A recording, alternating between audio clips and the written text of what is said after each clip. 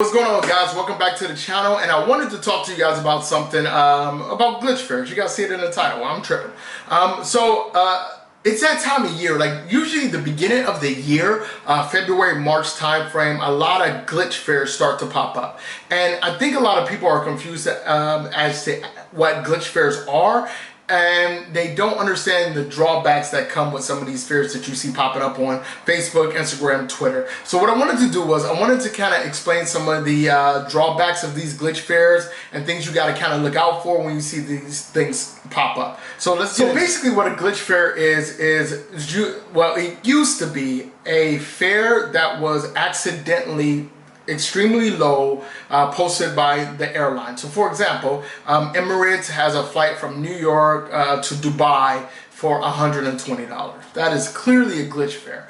Once upon a time, it was really a mistake, glitch fare years ago. But airlines are actually, and hotel chains are actually using this phenomenon of glitch fares to actually get occupancy on their routes that aren't very popular or they're not selling out. So you'll find amazing deals that periodically pop up that are listed as glitch fares, wink wink, but they're more of a PR stunt. So either way, you're getting a deal, who cares, okay? So one of the first things that you want to kind of keep an eye on when you're looking at these glitch fairs is the destination. And I suggest everybody make a list of 20 destinations that they would love to go to at a drop of a hat. If you can leave tomorrow, what 20 destinations would you go to? Make that list.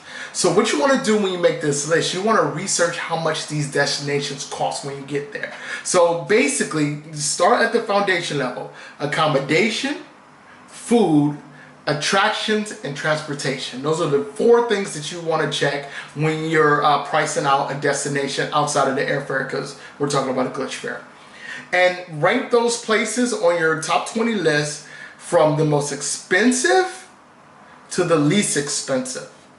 So as soon as these glitch fairs pop up, because they're always time sensitive, you can immediately see if it's a glitch fair to Paris and it's number 1 on your list, which it probably will be, it's going to be an expensive one. So you want to be wary of that. You want to start doing some quick calculations to see if it's actually inexpensive. Because sure, your flight might be cheap, but you're going to be paying a lot for a hotel. Now, I'd say Paris actually isn't as bad as New York is now. I recently was looking at hotels for a 4-day visit to New York City. Everything was $250 plus. Everything, even 3-star terrible hotels were expensive. So you have to be aware that these destinations just might not be as cheap as you think they are. Also, on that note, something especially Americans that you have to think about are visa fees. A lot of people are not aware of visa fees and the requirement to get that visa. And sometimes it's a long process to get the visa. South America was really big on this for a while. Chile, Argentina, and Brazil to be specific. It's now a lot easier to get those fares. But now Africa, a lot of glitch fairs going to Africa, and the continent has some very high fares. I'm talking $125, $150 a pop just to be allowed to show up. So you put that on top of everything else, and these places get pretty damn expensive fast. Something you also have to think about is that these fares might not be honored. And when I say, even with the glitch fares or just airfares, hotels have become really standard now. I'll probably see hotel glitch fares more than I see airline glitch fares now, because you'll look up and in New York they'll have normally a room that's $500 listed at $50. There's no way they're going to honor that. And one of the problems with that is if you get a flight that's normally say $2,000 and you get it for $200, and then you go ahead and book that flight, 2 days go by, you think it's all good, then you book a hotel, accommodation, tours and stuff, and then the airline comes back and says, no, we're not going to honor this, which they're allowed to do. Then you're screwed. You're out of that money unless you buy another ticket. So be aware that fee might not be honored. So this one's a more minor one. A lot of these glitch fares don't include baggage. And a lot of airlines, a lot of cheap in general airline fares don't include baggage. I think a lot of Americans who haven't been traveling in the past, say, 10, 15 years probably aren't aware that a lot of airlines are charging separately for baggage now. Those of us who fly frequently, we already know this. Also, a lot of people don't know, like when they travel throughout Europe, that these discount airlines, Ryanair, Wizz Air, Blue Air, Jetstar, and Spirit in the United States, they charge extra for bags. WOW Airlines has had a lot of press lately from, they fly from the East Coast of the United States to Iceland for dirt cheap, like $99. But they also charge like $50 to $75 for a bag. So you make sure you're aware of these airlines that they charge baggage fees as well. FYI, baggage fees are almost always more expensive when you get to the airport. So if they do charge baggage fees and you're all good with that, make sure you get those taken care of online beforehand. This next one is, it just might not be a good airline. That might be why it's a glitch fare, or it's an extremely low fare because the airline sucks. I'll give you an example, and I'm not going to say this airline sucks. I'm just going to say it's not up to international standard. UIA, Ukraine International Airlines.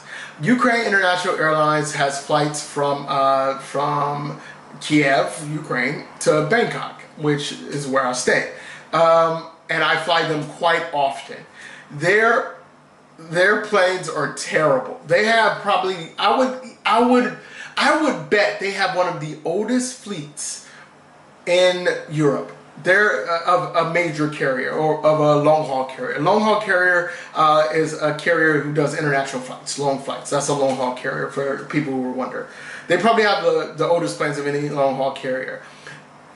They don't even have TVs in the back of the seats. The TV is like in the front of the cabin. Like, and if it's not working, man, you're screwed. They got those really tight, narrow seats. It's just not a comfortable experience.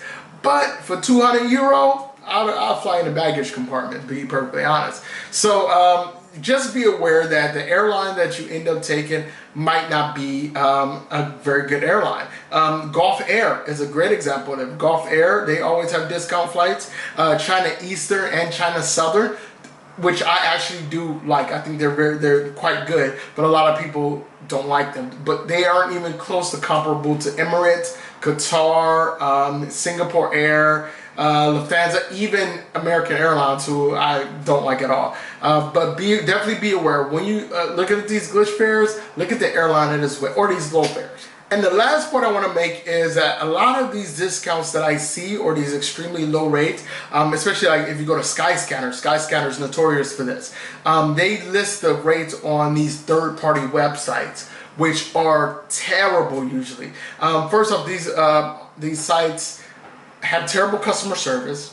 Sometimes they're in a country where you can't get any English-speaking person on the phone, like India, Ukraine, Dubai, places like that. They basically they offer tickets for, and as an experienced traveler, I don't necessarily have this problem, but I know a lot of you guys aren't experienced travelers. They take advantage of the naivete of new travelers by not listing everything that's not included. For example, Norwegian, you have to pay for not only your meals, but your baggage and your seat as well. So everything is itemized. If you see Norwegian Air on one of these third-party sites, the price that you're paying this third-party site does not include any of that, because they don't have the capability to create the packages or to let you purchase those things through their site. So it's better for you to just skip that and go over to the main website, Gulf Air, Ukraine Air, British Air, whoever.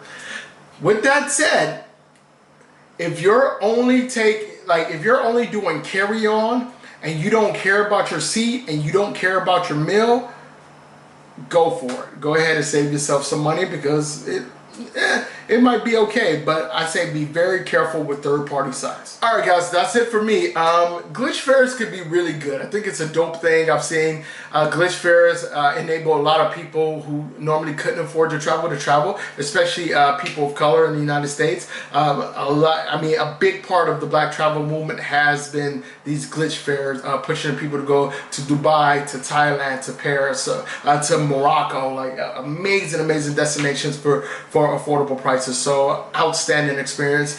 Keep an eye on hotel glitch fairs. Airbnb, Airbnb has been having a lot of glitch fairs lately, like where they'll give you like a $200 credit towards your next booking or something like that. That just happened like in December. Like beginning of December that happened, and people pounced right on that. So definitely keep your eyes open. And I'll list below in the description, actually I'll just put it in the comment. I'll leave it in the first comment a bunch of Facebook pages and websites where you guys can find these glitch fairs and a few things that you got to kind of look out for. So as usual, thank you so much for watching. Leave the world better than you found it, and I will see you guys in the next video.